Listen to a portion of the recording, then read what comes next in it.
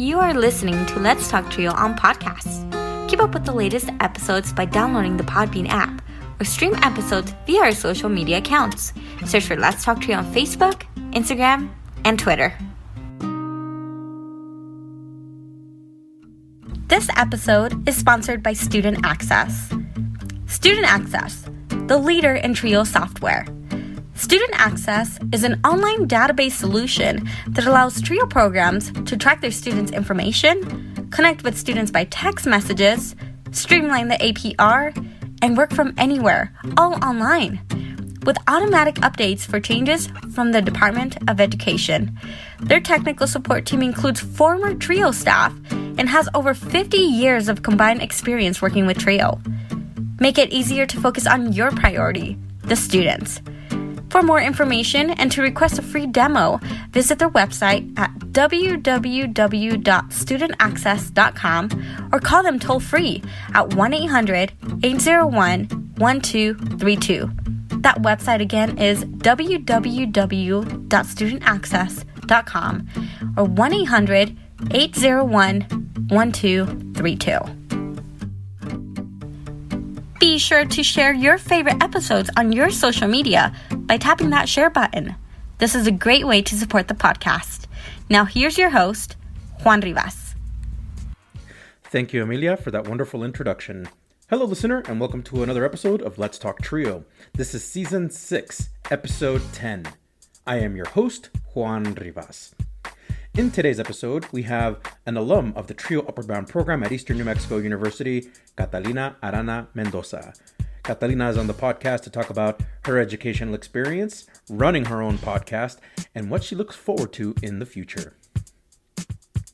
A huge thanks to our sponsors, Angelica Villalpando, Rosario Riley, Dr. Ryan Barone, Dr. Jamie Motley, Dr. Jeff Naputi, Angelica Valdez, Felicia Rivera, Jaded Electronics, TrioJoblist.com, NOSOTROS Education Center, Cambridge Educational Services, CE Tours, and Student Access. Thank you all so much for your continued support of this podcast. You too can be a sponsor of the podcast. Head on over to Patreon and search for Let's Talk Trio. Choose one of 4 patron levels. You can support this podcast for as little as $1 a month. $1 a month goes a long way in supporting this podcast. If you own a business and would like to run an ad on our podcast, send us a message at letstalktrio@gmail.com. Become a supporter with a one-time donation to the podcast PayPal account. Our business handle is @letstalktrio. Any amount is truly appreciated. If you would like to nominate a participant, staff, or alumni to be on the podcast, send us an email at letstalktrio@gmail.com. That email again is letstalktrio@gmail.com. Again, a great episode featuring Catalina Arana Mendoza, who is the Trio Upward Bound alum at Eastern New Mexico University. Sit back, relax, and enjoy this episode. 5, 4, 3, 2, 1. Hi, Trio Nation. My guest on the Let's Talk Trio podcast is a graduate of Eastern New Mexico University and an alum of the Trio Upward Bound program. She is the host of the podcast Cafecito Time with Catalina, which wrapped up its first season. My guest has worked for the Multicultural Affairs Office and continues to engage her alma mater in many different ways. When she is not too busy, she enjoys traveling, trying out new foods, spending time with family, and dancing. Welcome to the podcast, Catalina Arana Mendoza. Catalina, welcome to the podcast. Hola, hola, Juan. Hello. Thank you so much for having me here. I am so excited. Estoy súper emocionada de estar en este episodio. I am excited to be in this episode with you as well. Very excited to have you on the podcast. When I reached out to you and you agreed to be on here, I was just like elated because this is a while coming. I think I've been meaning to ask, Yes. been wanting to have you on the podcast. But for our audience, for full transparency, Catalina was a former student of mine and a participant when I was the director of the Upward Bound program. Catalina, can you tell us a little bit about yourself? Yes, so kind of like how you mentioned, my name is Catalina Arana Mendoza. I have two last names. A lot of people confuse Arana with my middle name, but it's actually two last names from my mom and my dad, from my dad and my mom. Mhm. I grew up in Mexico, and then I came to the United States when I was 12 years old. I Wow. didn't know any English whatsoever, so it is possible. Sí se puede. Muy bien dicho. I am currently getting my master's in communications at Eastern New Mexico University, and I will be graduating in May. I'm super excited. That is exciting. Congratulations. Thank you, thank you. I will be the first one in my family to get a master's degree, so I That am is amazing. so I love that. happy, and this is for me and for my family and all the people that have supported me. For you too, since you've been there through I was a little kid, so I You've appreciate done the all the support. work at the end. You're the one that powered through. You're the one that did it. So all kudos to you. How are things over there at in Portales? Well, we had a really cold a really cold couple of days, but I heard. it's go we just get the cold and no snow, no nothing like in Colorado. So we just get the cold weather. But it has been amazing. You see, I always hear people saying that, oh, in Portales there's nothing to do, blah blah blah. But I think it's the people that you surround yourself with Oh, that that's a make good it point. more interesting. Mhm. Because if you like my best friends, whenever I was getting my undergrad, they were here, and we would just be watching a movie, Mhm. and then we would have like random dance parties right there, and like pause the movie and then have random. So it's the people that you surround yourself with that will make the environment that you are in either joyful or dreadful. I think So you have a great point there that no matter where you live, right? If it's a small town or a big city, it's the people yes, that you surround yourself with that'll either make or break that experience for you. yes, I totally believe that. So, with a new year comes new goals and aspirations. What does this new year mean for you? Obviously, right, graduation, but what Yes. other things does it mean for you? um so I this is gonna sound super silly, but I gotta keep it fun, gotta keep it spunky. I don't know how to swim, so one of my goals for this year is to learn how to swim That's because awesome.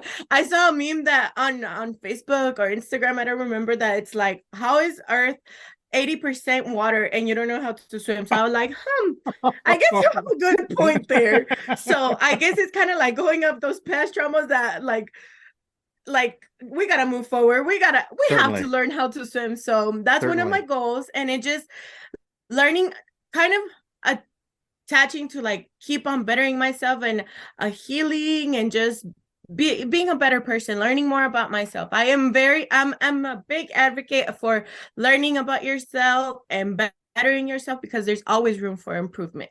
I love that. That's going to be a clip when we tease out your episode. Ooh. What is something that you learned about yourself in 2023?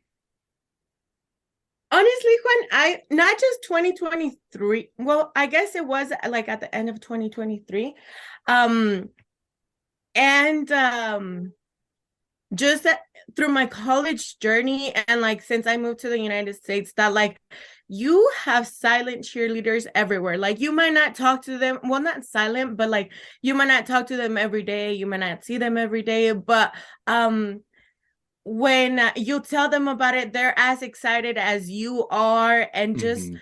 share that same joy that you are pushing yourself. So there's always people like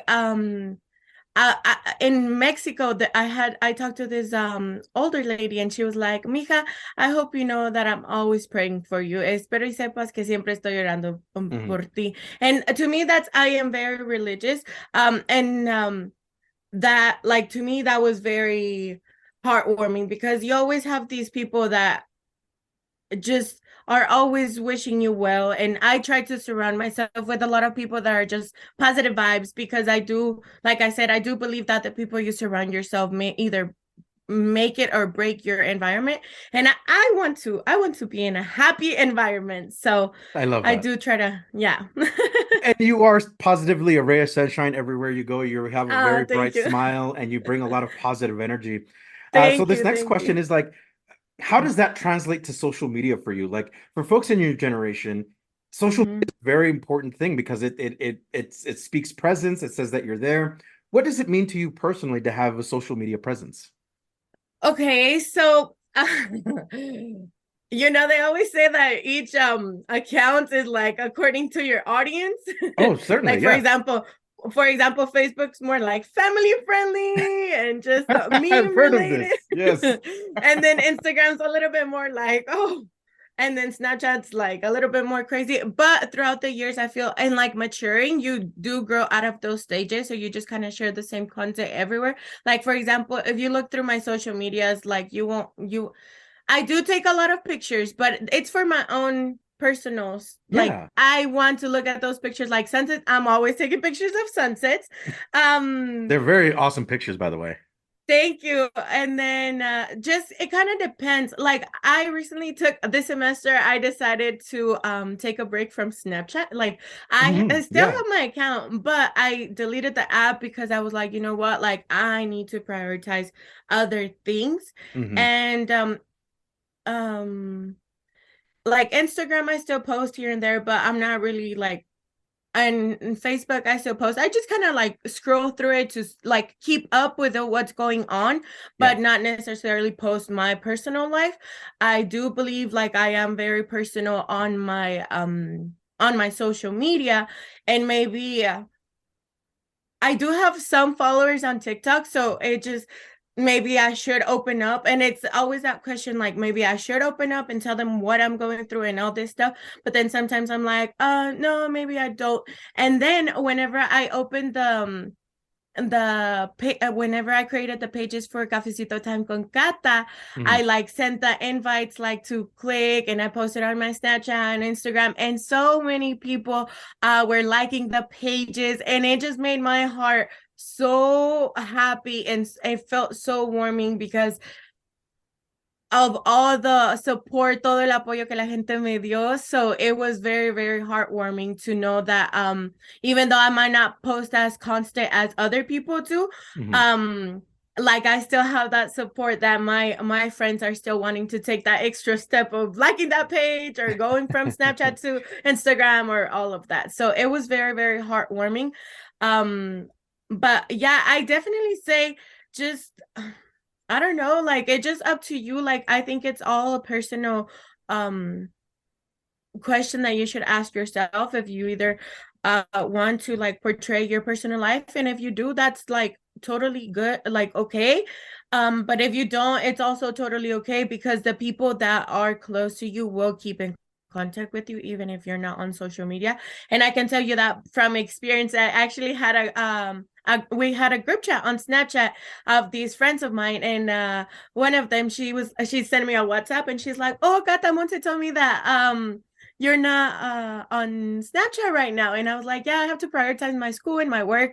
So she reached out on another platform, so it's still keeping in contact, just not in that easier communication that Right. we might have had in the group chat, but we still keep in contact. So it just makes it just kind of shows you who is really your friend in a way, and who Mm. will be willing to take that extra step. I love that. I love that. So you live in Portales, New Mexico. You say there's plenty to do in Portales. What makes New Mexico special for you? Okay, so little background story. Whenever I moved here and I first started college, people would always ask me, oh, what do you think is better, Mexico or here? And I was like, Mexico was great because I had all my childhood there. I had my niñez was amazing. I would play with mud cakes, which I'm pretty sure I wouldn't be able to do here. I would go through puddles with my bike. Like I had an awesome, awesome, awesome childhood. Hmm. And I'm very thankful for my parents for all that they gave me. And then Portales gave me a lot of opportunities that maybe if I would have stayed in Mexico, I wouldn't have. Like I wouldn't, maybe I wouldn't be getting my master's. So I am very thankful for both. So I'm very thankful for Portales, and it is very special to me because of the opportunities it has given me. Hmm. And Wonderful. in a person, my career, my family, everything. That's awesome. So we were talking about the New Year's earlier. For 2024, I think a lot of people like to set themselves up for goals like traveling or exercising more. For you, what is a goal that you have for 2024? Um, okay, so before the year ended, 2023 ended, I sat down and I wrote what I wanted to be for my years. So I definitely, like I mentioned before, I definitely want to work on myself. I want to learn how to swim, graduate, of course, and then I do want to read more books that are not like, because I recently let me tell you, I used to be like, oh no, like reading, I no, que flojera. But now I'm like, oh my gosh, yes, tell me the books that you're reading. And Muy bien. like I said, it's just part of that maturity, that process that you go through, I guess. So I want to read more books, and I just recently, I don't know, to me this was new. Okay, so I'm sorry if you already knew this, but I didn't know this. On Spotify you can actually download the audiobooks, and I travel a lot. Like when I go to Mexico, it's a 11 hour drive. Oh yeah, So it's long.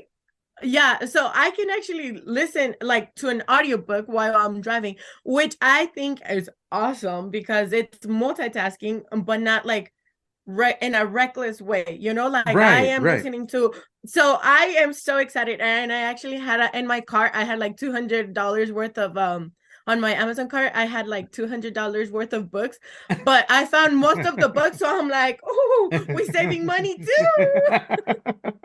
That's very good. So more reading, sounds like learning how to swim, and definitely Yes, graduation at the very top of the list, which I absolutely yes. love. So Catalina, let's go back in time a little bit. Can you talk about your childhood and what was it like growing up? Okay, so like I said, I grew up in Mexico. It was To me, it was an awesome childhood. Like we had bikes out. So when it rained, because in the summer it rains a lot in Mexico, where I'm from. I'm from Cuauhtémoc, Chihuahua. So el estado grande aquí estamos representando. Um, so through it would rain, and then there were puddles being created with the rain.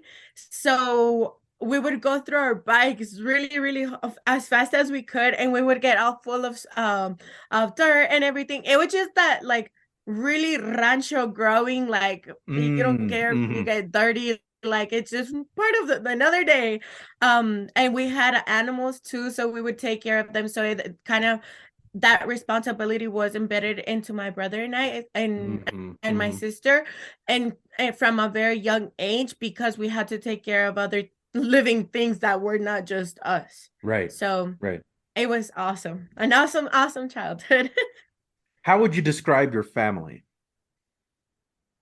My family, I would describe it as very hardworking, and I think humble, definitely, and very, very supportive, because I wouldn't be able to. My parents have always, my dad has always said, "Mija, si tú puedes, dale.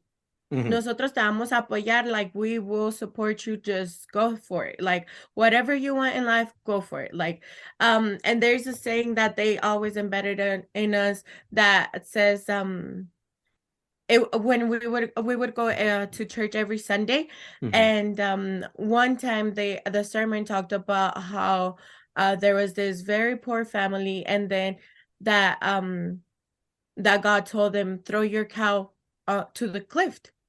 Mm. And Mhm. they were like, what do you mean? Like, that's the only way of income that we have. And then God was like, just throw the cow to the cliff. And then they were like very hesitant about it. They were like, do we throw the cow? Do we not throw the cow? And it's like, so they threw the cow, and then Mhm. they ended up getting like 100 cows more. Like all sorts of blessings came on them when you trust God. So I am like I said, I am religious, so I am a firm believer that God has a plan for all of us, and we all go through our journey through life, and we make the choices that we should have more faith in ourselves and just trust the process. I love that. So, yeah. Wonderful. Is education something you gravitated toward? Like, was it something that interested you as when you started? Um, as in like education, like school overall, or in Yeah, like education? learning and all of that. Yes.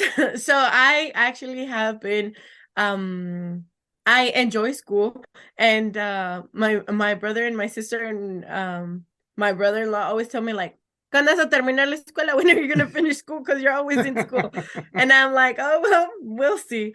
But school has always been embedded in me.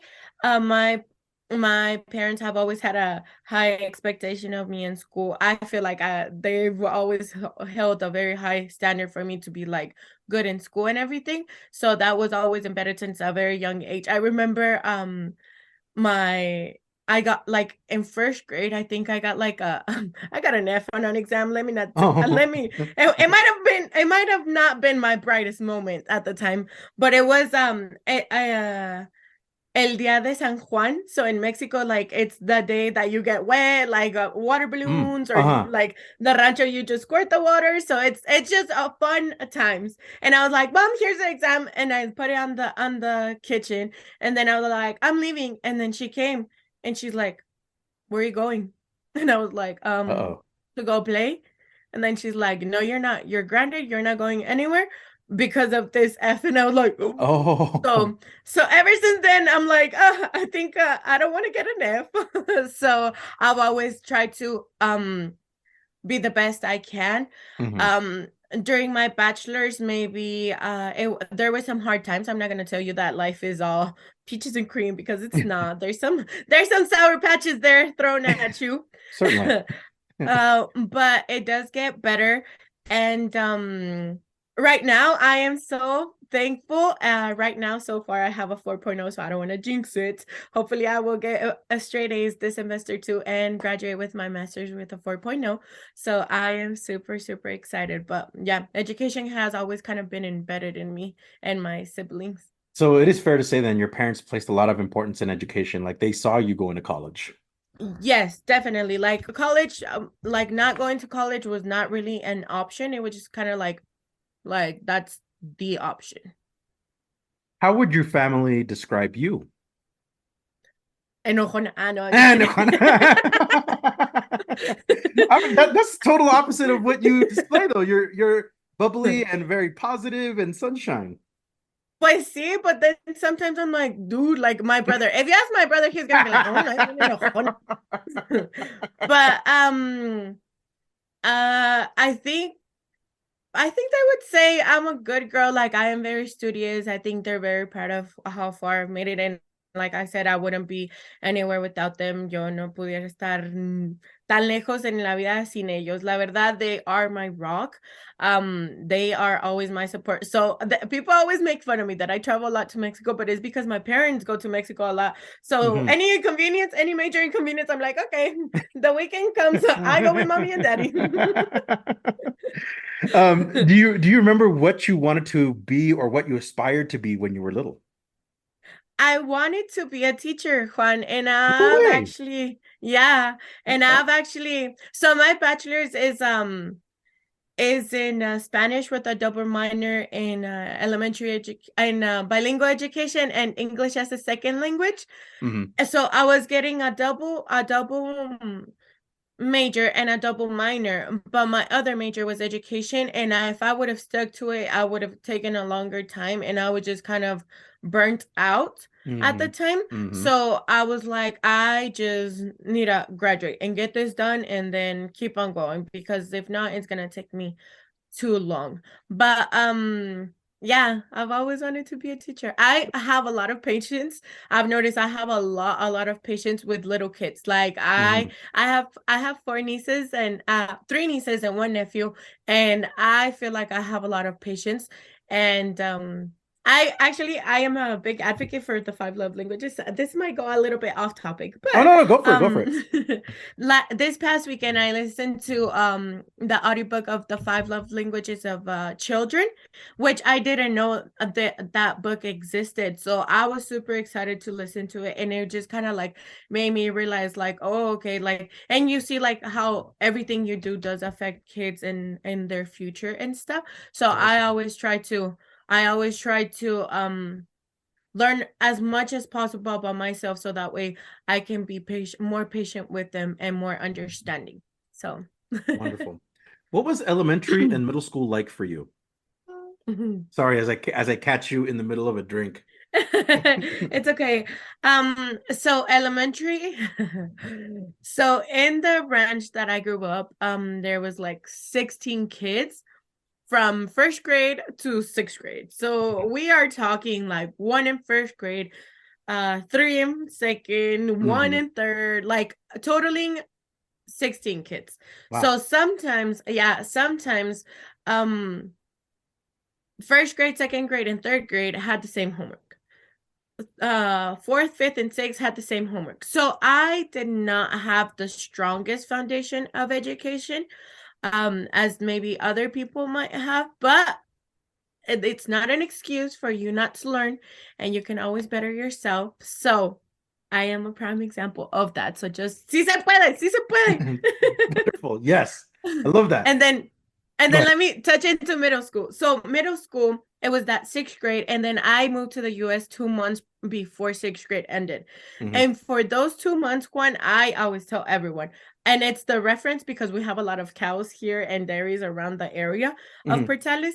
I always say I felt like cattle. Like I was just going with the flow. I didn't know what was going on, and I can admit it. I am not a follower. Like I am a follower under good leadership, but if I don't, like, I like to know where I'm going, what's happening. Like I want to know what is going on. Yeah. I am not just go with the flow. I'm not like I want to have specific, like I was asking what time, blah blah blah, all these questions that I was asking you. So I want to know what is happening. And for those 2 months I just felt like I was going with the flow, and it was really hard for me, especially as a new kid in middle school. So I was just kind of like, oh, okay. And then in junior high, I do believe I started to develop that like leadership because I was more acquainted with the school system, with the teachers, with my classmates. So I was putting myself a little bit out there more. But yeah. Okay. Were there any activities or interests that you developed while you were in middle school or junior high? No. So at the time when we first moved here, we had a lot of we had like cows and chickens and stuff here in Portales. So we would have that responsibility of taking care of them. In junior high, I did play sports. And my brother did too. So it was kind of like that balance between like livestock and then like family and school and sports. So like I've said, I've always been very like my dad especially has always emphasized the importance of, yeah, school is very important, but you also need to know life things. Like you need to know how to change a tire. I know how to change a tire, so I've taught my friends how to check the pressure on the tires and stuff like that. So yeah, I do know some life skills. And my brother like still shows me new things and stuff like that. So it's very, very important. That's awesome. So let's talk about that transition between middle school or junior high and high school. How did you prepare for high school, and how did your family prepare you for high school?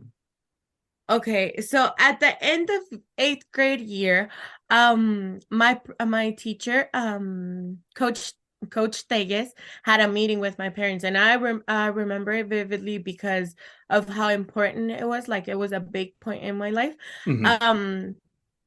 My parents, in Mexican culture, education is very, very important, and like what the teachers say is what goes.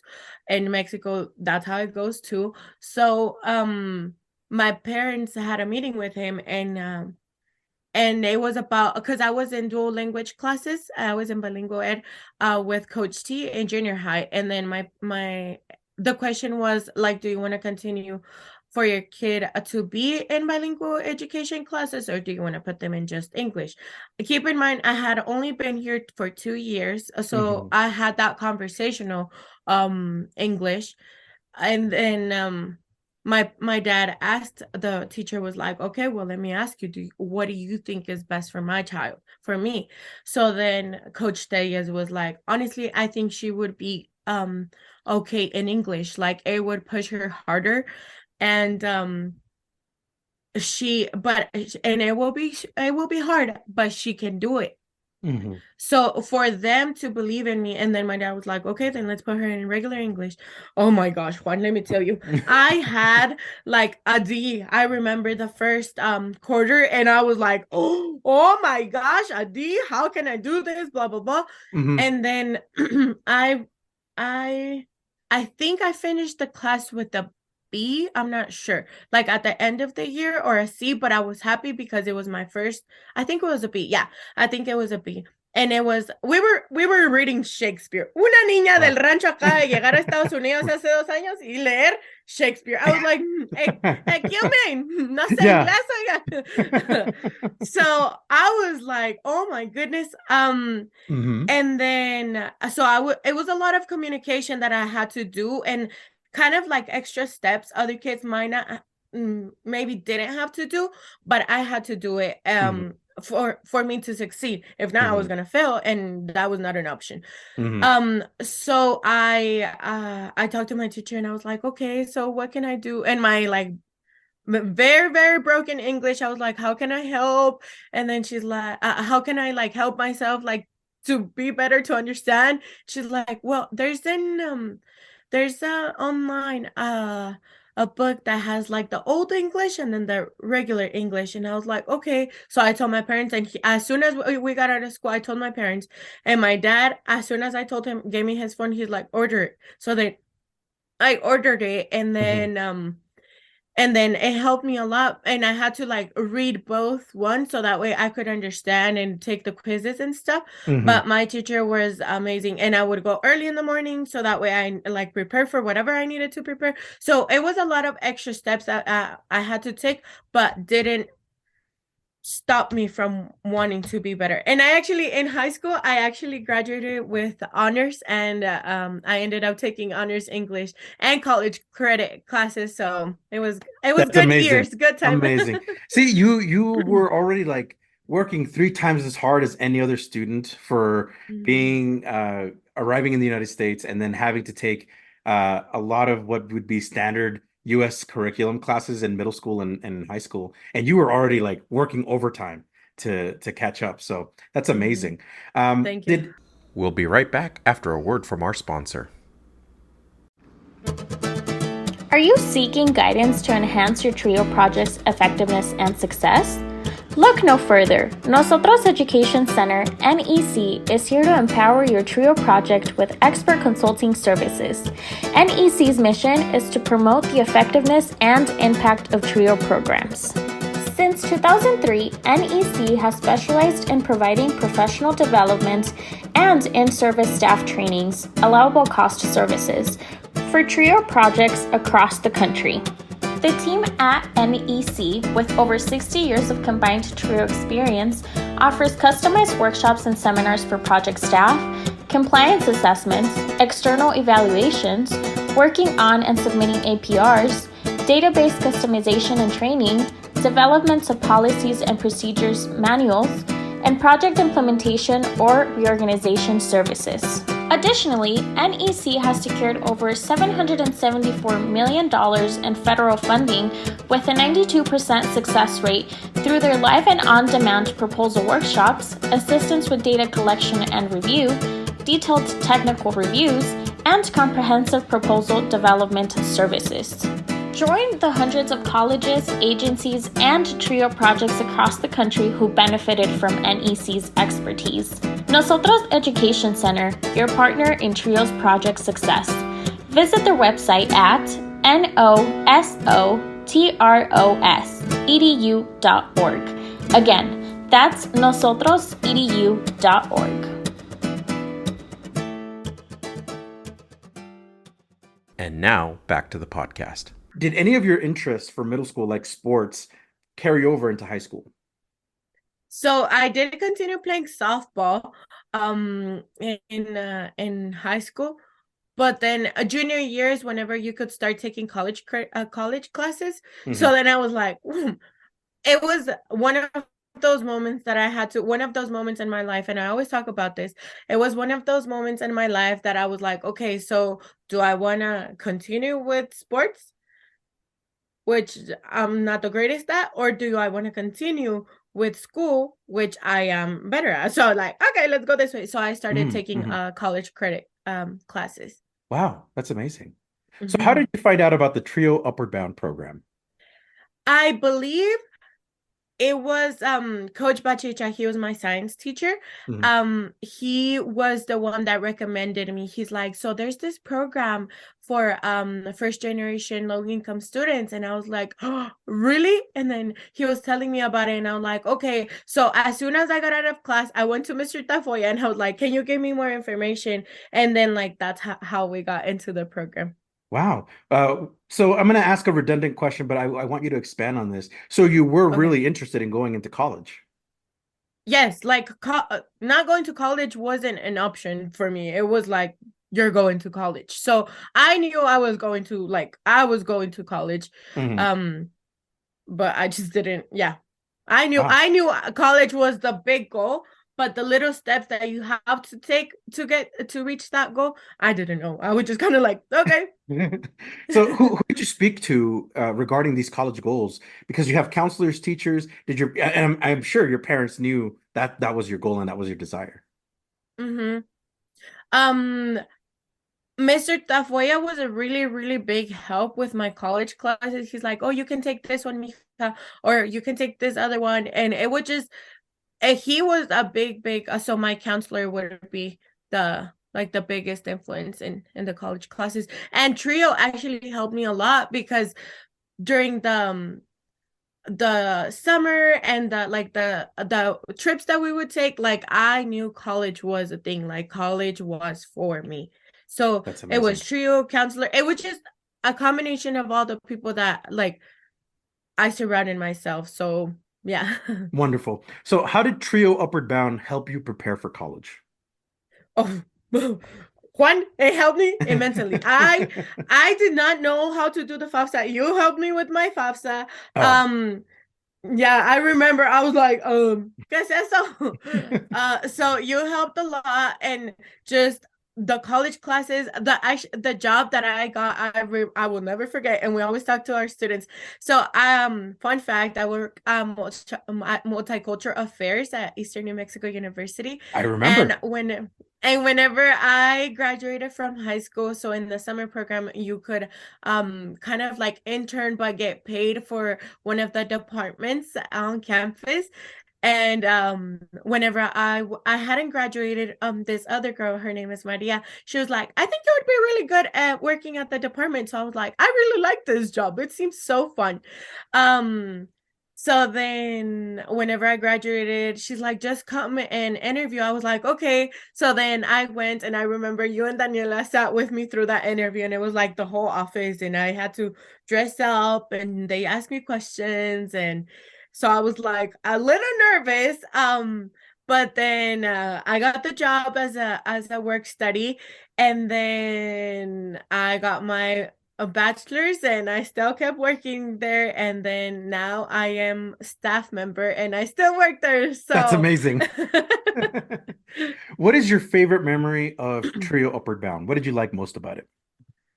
I really like the help for school. Like that was such it's such a stress reliever, because as a first generation, you don't know what you're doing. You don't know where to go.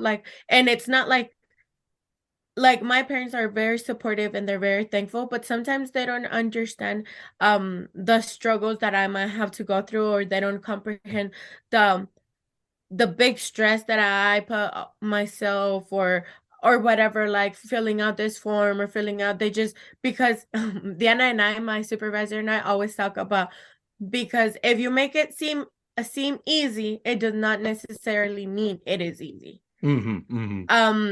So it just, it was very, very helpful to know that you had people there that have gone through those same struggles that or challenges that you might have gone through, and that they're willing to help you and they know the way how to do it.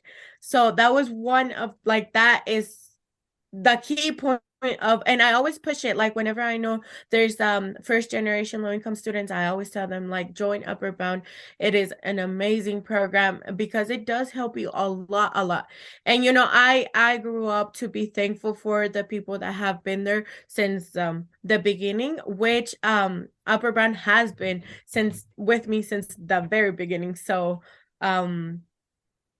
that would be another one. The fun one was all the trips that we would take. Of course, yes. Who doesn't like trips, right? Yeah. And then to learn about the other schools and everything, like getting to know that, I think that culture acclimation, just kind of like getting to know other universities, other colleges, that there's other options, just not your local college or whatever, and how the cultures there at the cities, at the colleges are different from other universities, colleges, towns, whatever. So that was very important. And then my favorite was when we stayed at the dorms, Juan. All that bonding Oh that we did yeah, was that's right. The amazing. dorms. Yes. I'm that old. I think that's when the Trio Program program was still a residential program, and it allowed you Mhm. to stay in the dorm. So yeah, those Yeah. that's amazing. That is amazing. How did you apply what you learned in Trio Upward Bound to your high school experience? Well, like I said, I just kind of took college classes, so took those the summers with Upward Bound. So it just so anyone can listen, Hmm.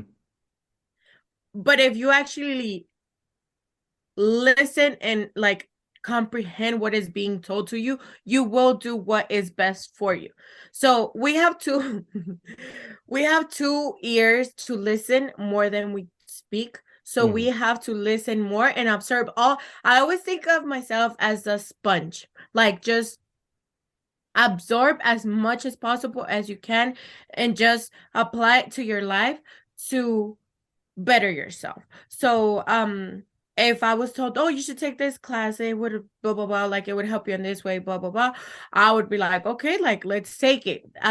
So it just actually listen, because they're like, you know, you always hear young people like always complaining about not wanting to do this or that, but I'm always like, the older people have wiser perspectives of life because they've gone through it, they've experienced it, they've seen it. So when they tell you something, it is for a reason. And I am a firm believer of that, because I try, like I said, I try to absorb as much as possible. Hmm. So yeah. Wonderful. So earlier in our interview, you were talking about exploring colleges through Tree Upward Bound and being aware of other colleges. For a lot of high school students at this point of their career, they are, or in the senior year, they're thinking about colleges. They're thinking about what colleges they want to go to. Did you have a list of colleges you wanted to attend? And was there a dream college for you? So for me here in Portales, I was like, okay, I have either Texas Tech, Hmm. um, UNM, NMSU, or ENMU. I was like, okay, Texas Tech is right there. Hmm. UNM, my parents were like, oh, vas a estar bien lejos. And like I said, I have that really strong bond with my parents. So Hmm. they were like, oh, vas a estar muy lejos, blah, blah, blah. So I was kind of iffy about that. And then NMSU too, because of how far it was. And then Texas Tech was like, it was right there. My parents could visit me. But then it's like way more money.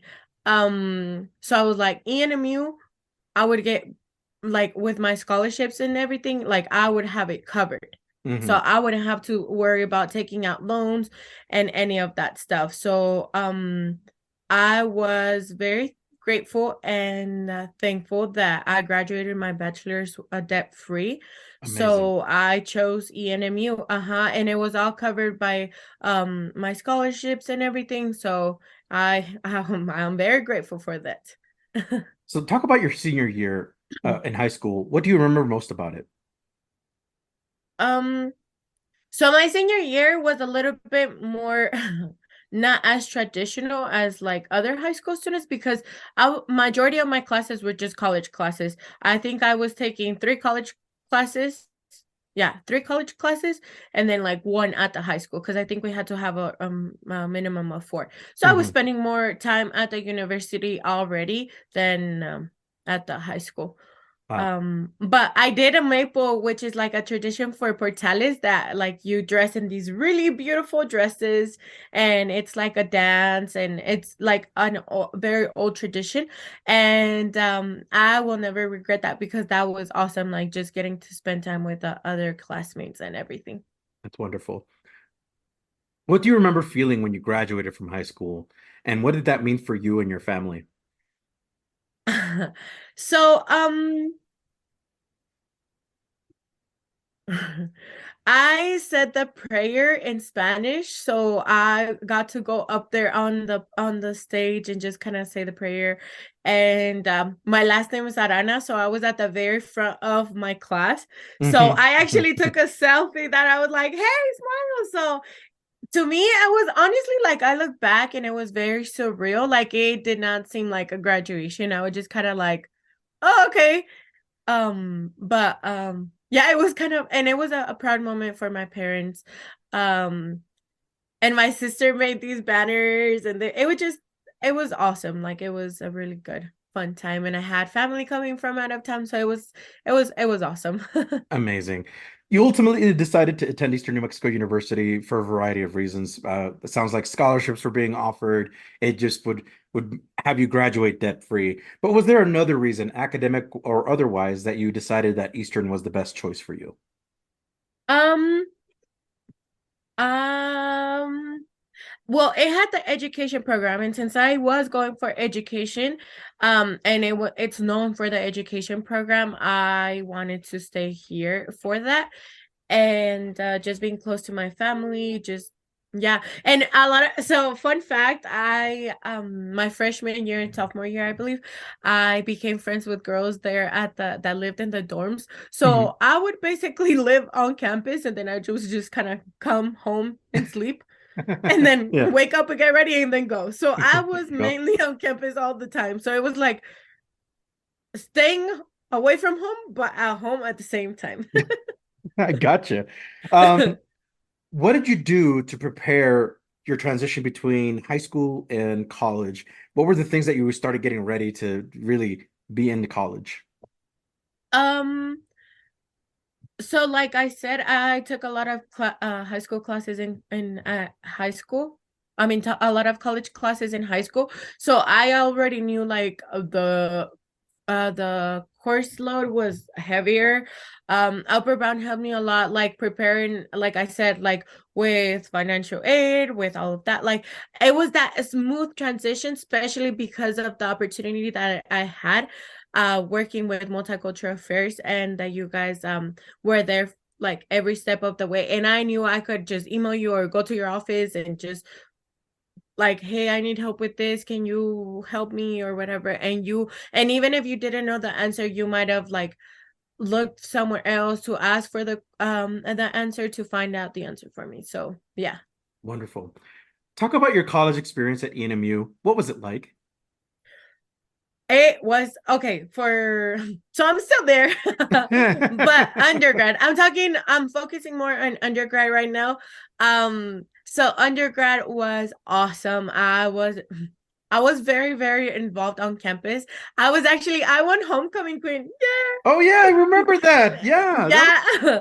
So a girl from that came from Mexico won homecoming queen. So and when they did the homecoming introductions at the homecoming game in the middle of the game at halftime, mhm. so I wanted them to include my both my last names and where I was from. That is Chihuahua, because that is people ask me, where are you from? I would say I'm from Chihuahua because that's where my childhood was. That's where I grew up as a person, and I had those that foundation of who I am today, you know, like that hardworking, having responsibility. So that's why I always say I'm from Chihuahua. And they introduced me as Catalina Arana Mendoza, from Chihuahua, Mexico. So I was very thankful. Yeah, it was awesome. Like, but I do say, I always tell my students that work in the department, like, don't get too involved, because like I said, not everything in life is sweet and candies. There are some sour patches there. Because I did stretch myself. I always say that if you stretch yourself so much, you break. Mm-hmm. So and you do, of course, I had my lows, but I got the help that I needed and did whatever I needed to do to get better. So I did, and I graduated 2020 Corona class. Yay me. So I didn't have a graduation I'm for sorry. bachelor's. So in May, I'm hoping that it's something very special. Yes, absolutely. A double graduation, if you will. Mm-hmm. Right on. Did you Tirar la casa por la ventana. So it sounds like you got pretty involved, and it sounds like maybe there was a year in there where you stretched yourself out too thin. So talk about those college activities and being involved, and what does that mean, and how do you seek a balance between all that? Agendas. I have always kept an agenda. And I'll tell you, so I preach that to my students, like having a schedule, having something, and then they'll roll their eyes, or they're like, oh my gosh, this talk again. But agendas are important, right? Very, very. And we emphasize that on our department too. We always tell them, get an agenda, Outlook calendar, this and that. Like, I have my agenda. I don't have it with me. I have it in my backpack. But everyone around me knows that I carry I have to have an agenda. And I actually, for New Year's, I was in Fort Worth. For Christmas, I was in Fort Worth, and then my brother went over there, and then he's like, our friends told me to tell you to put it in your agenda for New Year's to be in Clovis. So I was like, oh, okay. Like, everyone knows I have to keep it in my agenda, because yes, I have to stay organized. If not, it will be chaotic. But I was involved in, like I said, in a lot of organizations. So I was involved in a lot of the organizations and societies, like honor societies with the education department. And then multicultural keeps you very busy, very, very busy, because we deal with so many events and stuff. So that kept me very busy. And then I would try to go to the football games and just kind of have that like a very active social life. But now that I'm like older, I do, like, sometimes I'm like, I'm sorry, but I can't. Like, I need to take care of myself first, and just kind of have like a weekend to myself where I'm like actually, I was talking to my friend earlier this morning, and she's like, how's school going? I know you've been very busy, and I don't want to invite you to anything because I don't know like how you have classes. I was like, oh, well, actually, I wanted to see like what you were doing today. So we made plans and everything. So it just kind of, yeah, it's like I said, the importance of having good people around you is super, super, super crucial, because they will understand you. They will help you. Like, just sometimes, like, my friends and I just kind of get together to do homework. So yeah, the importance of having those same understanding, and yeah. That's awesome. I think it's important for first generation students to connect as much as they can to on campus, or to campus, really, because in my experience, as you know, I've worked for various colleges. Right now, I currently work for CSU, but I see the importance of like connecting with your campus. Through those connections, did you get to meet a lot of people, and how important is it to connect to campus to you? Definitely. Like I said, I was homecoming queen, so, and it is a popularity contest. I'm not like, this is not my humblest moment, okay? But Little bragging rights. It's okay. Sometimes you have to advocate for yourself, Juan, and that's something that I've learned, because I come from a very humble family, that you always have to like stay humble, but sometimes you have to let people know like that you like what you bring to the table, because if not, like, you will get put down if you don't advocate for yourself. So Absolutely. it's not really bragging, it's more like advocating for yourself. I like to I think love of it that. that way. I've reworded it since too. I've seen it as giving yourself credit, because I think we often don't do that. Yes. Is you give yourself credit and say, yep, this is something I did. Yes. And it's very important because you do have to be your biggest cheerleader. If you don't believe in yourself, why would anyone else do? Right. So but I did get to meet a lot of people. I like I said, I was very involved. My job kept me very involved. So I had a really, like, I knew a lot of professors. I knew a lot of higher ups, like I knew the president of the university, vice president, stuff like that, because of the job that I had. And then I did know a lot of students because of the involvement, like on extracurricular activities and stuff. That's awesome. Who served as your mentors and role models while in college? I always say que Diosito nos pone angelitos en esta vida. So my mentors have been you, because you always push, like, you get your education. My like any teacher that has believed in me, so Coach Teyes, Coach Bachichat, Mr. Tafoya, Diana Cordova has been a huge mentor. Jeannie Flores has always been a very big mentor. Teeny, And I then remember another, Flores. Yeah. yeah, she's retiring this year. No way! Already? Yeah. Oh, no I'm way! like, you get to say my name, Jeannie. That's good. And then Dr. Contreras, he was a huge mentor, Juan, too, because whenever I was getting my dual enrollment classes, I was still a high school kid. He's like, yo te veo que sacas los dos majors. Y yo, ¿qué es eso? Pues I didn't know. And Yeah. he's like, oh, you get two majors, like it's Spanish and education, blah, blah, blah. And he was like, he has always been. And I actually saw him over the summer, and it's just so heartwarming seeing him.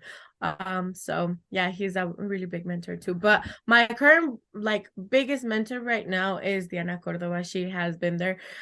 She has seen my good, my bad, and my ugly. So And she Diana Cordova has done a lot for multicultural affairs, so that is yes. amazing.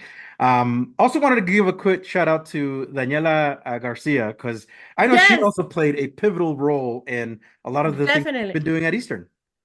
Yes, and she was actually going to come this semester. No, last semester. I forget that we're in 2024. She was gonna come, and I was so excited to see her. So yes, she has she was a very big a mentor too.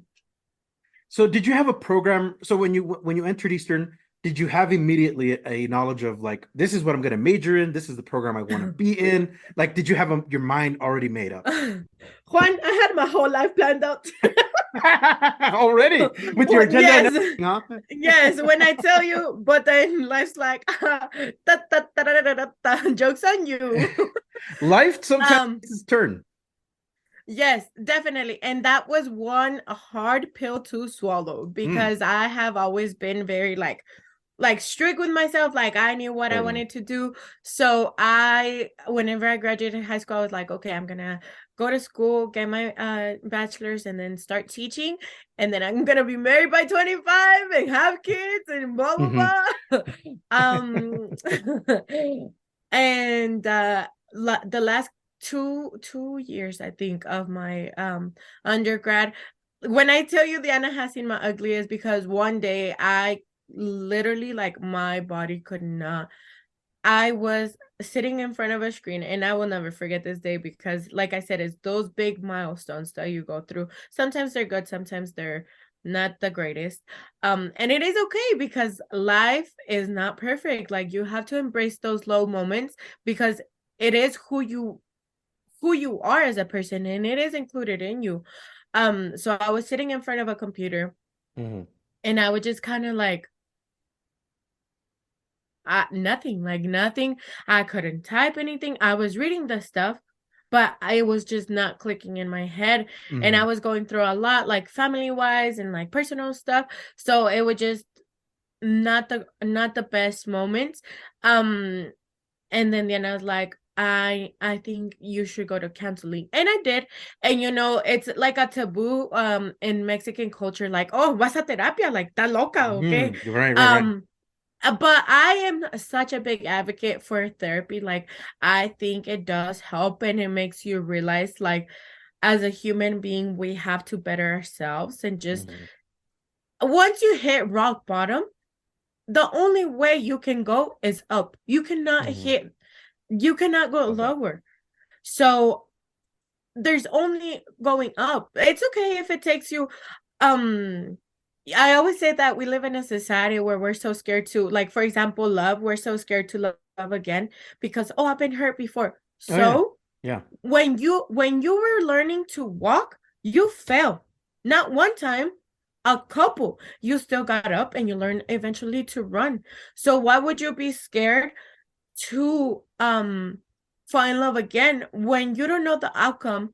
What if you learn to run this time? So it's just embracing those low moments, because everyone talks about the high moments, but embrace those low moments because it is who you are as a person, and they are beautiful. Like, they might not be the perfect with the bow or whatever, but it is who you are. So yeah. I love that. That's great. Some great piece of advice. Thank you. At the very beginning of the podcast, you said that initially you were thinking about being a teacher, and that's the field that you wanted to be in. At what point in your college journey did you say that's still for me, or maybe that you wanted to take a different direction? I was very burnt out. Very, very burnt out. I had to balance, like I said, it's always that balancing that I say, when you stretch yourself so much, you run thin and you break. You will break. Because I am prime example. I was working my hours. I was in extracurriculars. I was in the education program. So I had to tutor for my classes. I had to tutor for another class.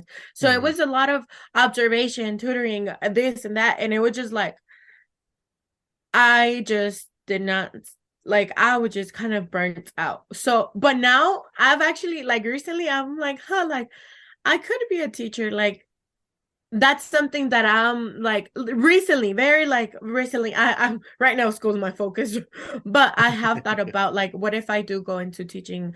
I think I would be a good teacher. That's awesome. Yeah, I would think so too. Talk about the moment you graduated from ENMU. What was that moment like for you and for your family? Being realistic, Juan. Yeah. So, like I said, I graduated 2020. The Corona times. Yes. So it was everything goes virtual. No one knew what was going on. So 5 years of my life, I wake up one day and then they're like, okay, graduation's today. Let's watch in the TV. So I wake up, estoy toda greñuda. I go sit in the living room, and then I see my name, Catalina Arana Mendoza, cum laude, and that was like 5 years of my life. That's just a thumbs up. Yeah, and then like a minute later, my picture pops up because you were able to send a picture, so I did. Oh yeah. So like 2 minutes later, my picture pops up. I was like. So honestly, my undergrad, it wasn't the happiest moment. We have like a little hallway at my house that I just say that was the stage that I walked on.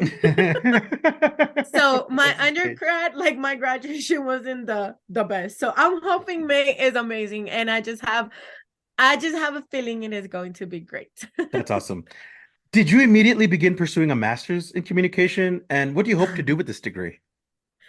Okay, so I'm telling you, life is low, up, high, low, sometimes medium.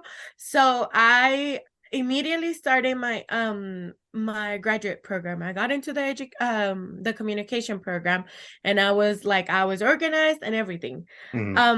October came, 1st of October. We got some very bad news, and an uncle of mine had passed away in Mexico. I'm sorry to hear that. So, thank you. So we were like, okay, we gotta go. So we had 2 hours to get ready and then go to Mexico. And I had just gone out of the shower. So I was like still kind of like in shock, like what is happening? I forgot my backpack, I forgot my books, I forgot my computer, I forgot everything. So then it was one of those moments that I had to sit with myself and be like, okay, what do I want to do?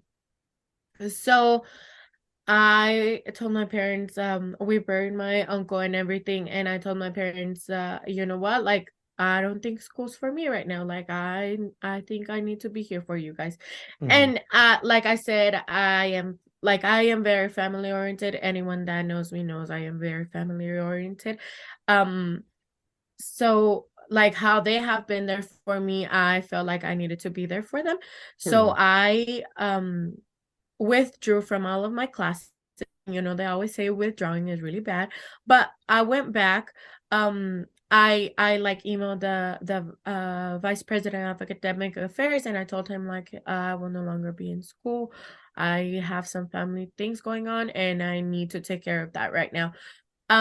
So I did that, and then I was just working for a while, and then I actually got a job. I worked there for like 3 months. I was working, so I was a graduate student full time, and then I was working at multicultural affairs as a graduate assistant, and then I was working at a pharmacy. So it was a lot.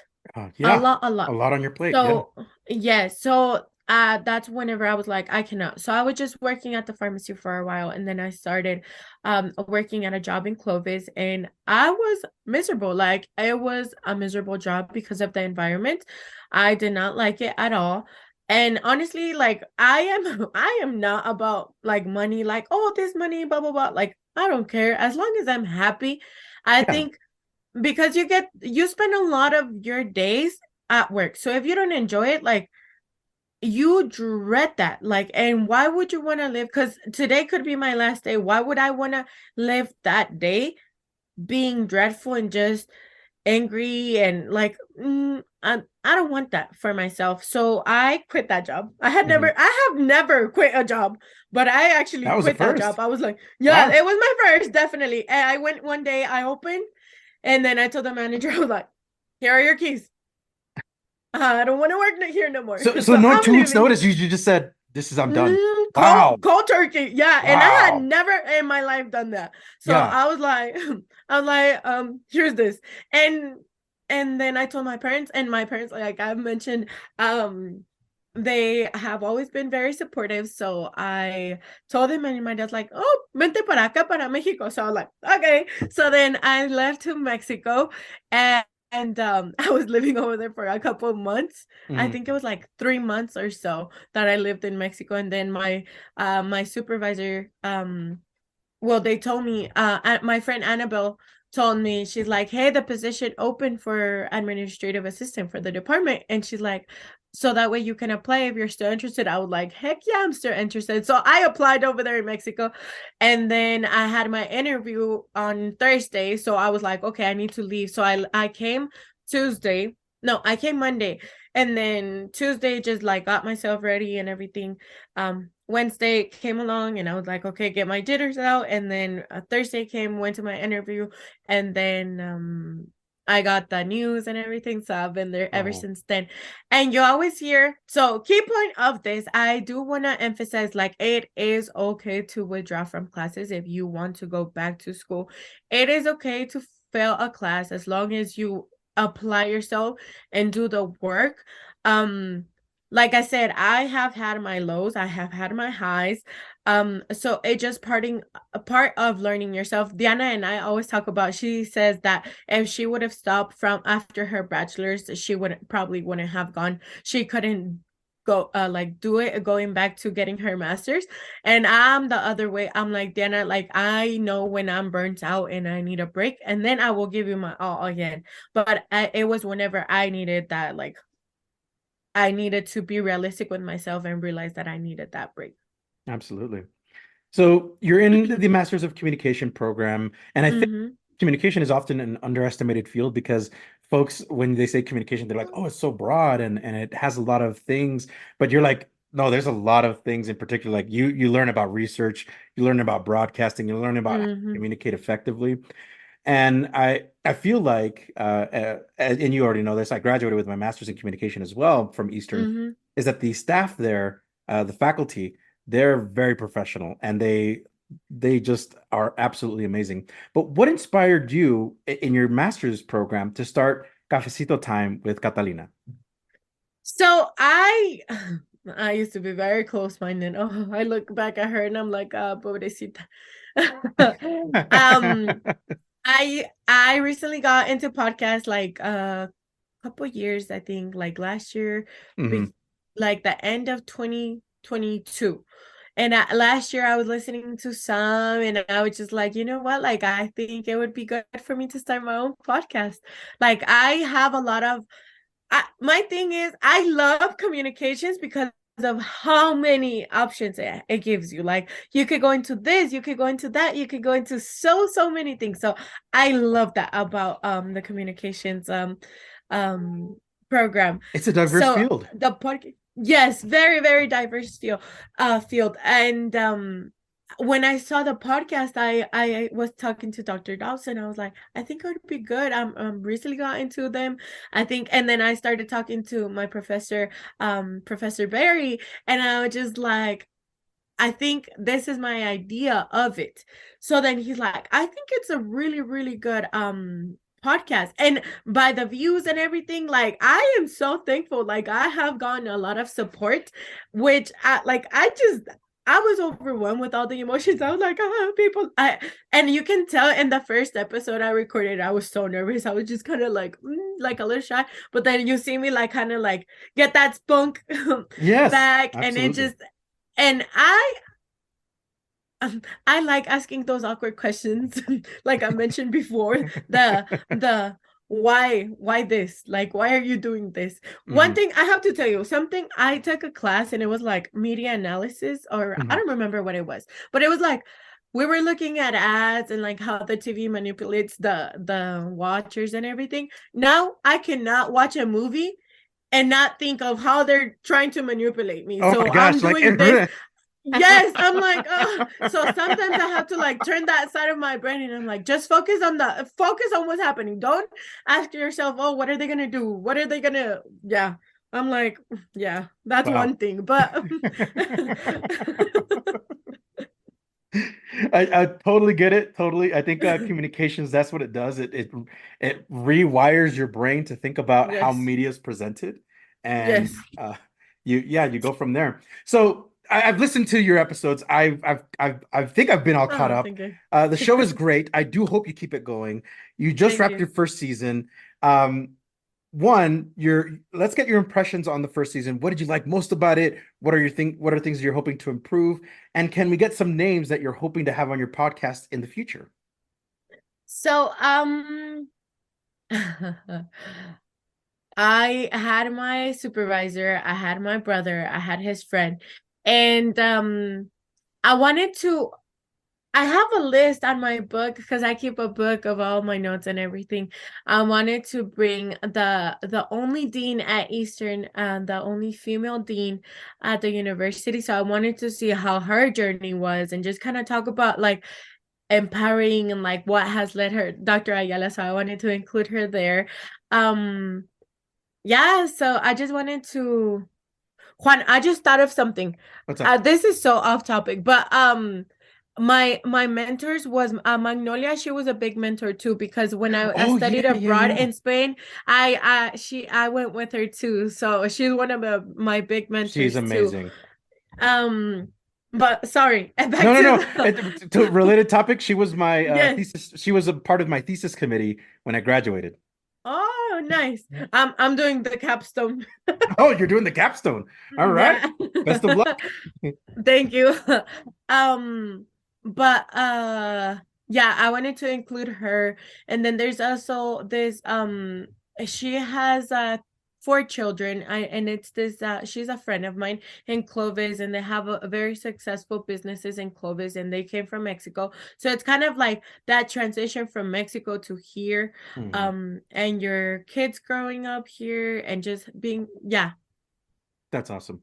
I love that. Mm-hmm. So it sounds like you're really trying to get the podcast where you have a diverse cast of guests who can talk about their experiences. So that's amazing.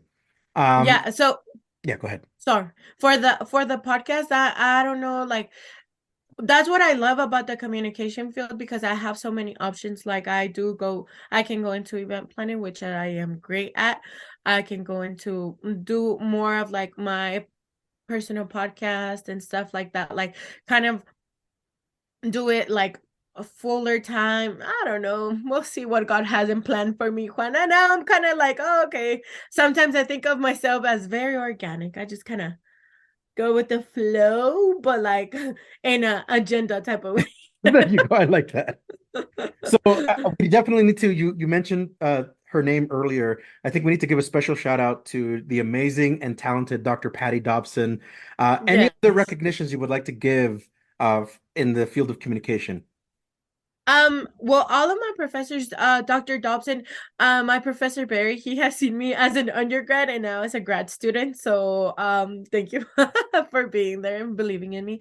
And just the professors there, have always been very realistic that life throws you some curveballs, and it makes you so it takes off a lot of weight off your shoulders, because you always have those professors that just think life is just Yeah, school, right. and you don't have anything else. So they have always been very realistic that we all go through things in life.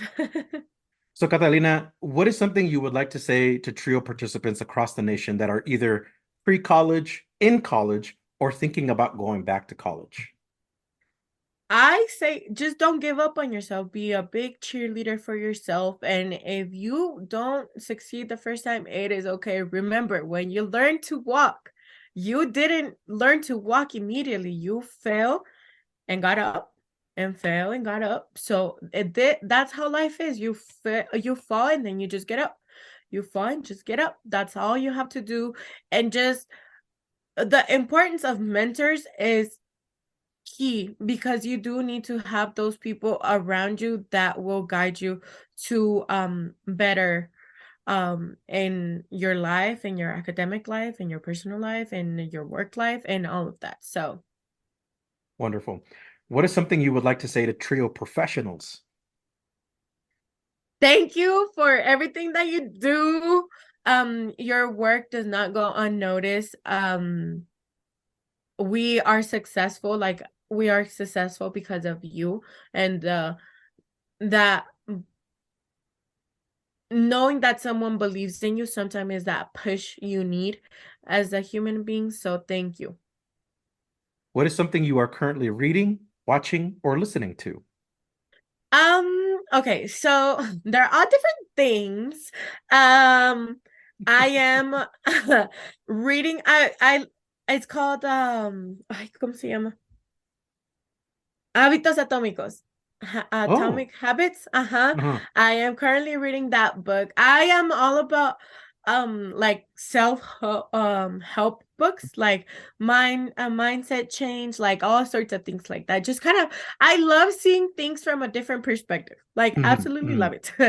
I am watching, well, my students actually told me to watch something with a bear, like Build a Bear or Brother Bear. Okay. Uh-huh. So they told me to watch that. So that's my plan for this weekend, to watch Brother Bear. Okay. Um and then listening to, as in podcast wise, I Podcast music am or anything? Yeah. okay. Podcast, I am not listening to any right now because I got into audiobooks. And then but music wise, it just kind of depends on the day. Today I did not, well, which is random. Some days I wake up with country music, sometimes I wake up with ranchera music, sometimes belicona, another reggaeton, Mhm. just chill music, R&B. So it depends. I'm going to give you the most challenging question that I had so far in this podcast. Describe yourself using only one word. Oh, goodness. One word.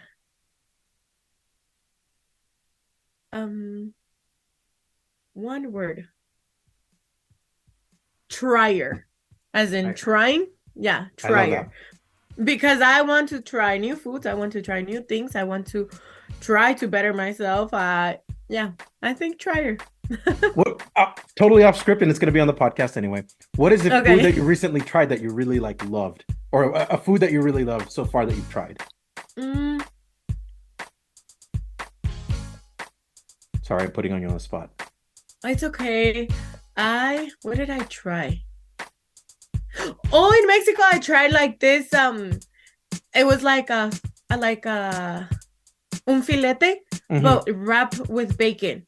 Ooh, And there was something new. I had never tried it, and it was really, really good. that sounds delicious. Yeah, it was really good. Oh, actually, I can tell you another thing. Yeah, I go used for to hate. I used to hate olives. Like, I thought they were no. But now I love olives. Sometimes I crave them. I'm like, Wow. oh my gosh. So yeah, that changes you, people. That's amazing. Catalina, thank you so much for being on the podcast. It has been a true pleasure to have you here to talk about your college experience, your journey, and to learn about your hopes. I hope to have you on again if you're up to it. Oh, that would be awesome. So we have a tradition on the Let's Talk Trio podcast where we have the guests sign off. Catalina, would you care to do the honors? Thank you so much, Juan. First off, before I say thank you so much for having me, it has been an amazing opportunity for being here, especially since you seen me as a little kid, as a high school student. So thank you for believing in me and Absolutely. for all of the for the amazing work that you do. And okay, I will say my closing phrase. Hello, this is Catalina Arana Mendoza. I am an alum of the Trio Upper Brown program at Eastern New Mexico University. I graduated from Eastern New Mexico University with my bachelor's, and I will be graduating in May with my bachelor's in communications. And I am also the host of Cafecito Time con Carta, and Trio Works. Yay! That was our guest, Catalina Arana Mendoza, who is an alum of the Trio Upward Bound program at Eastern New Mexico University.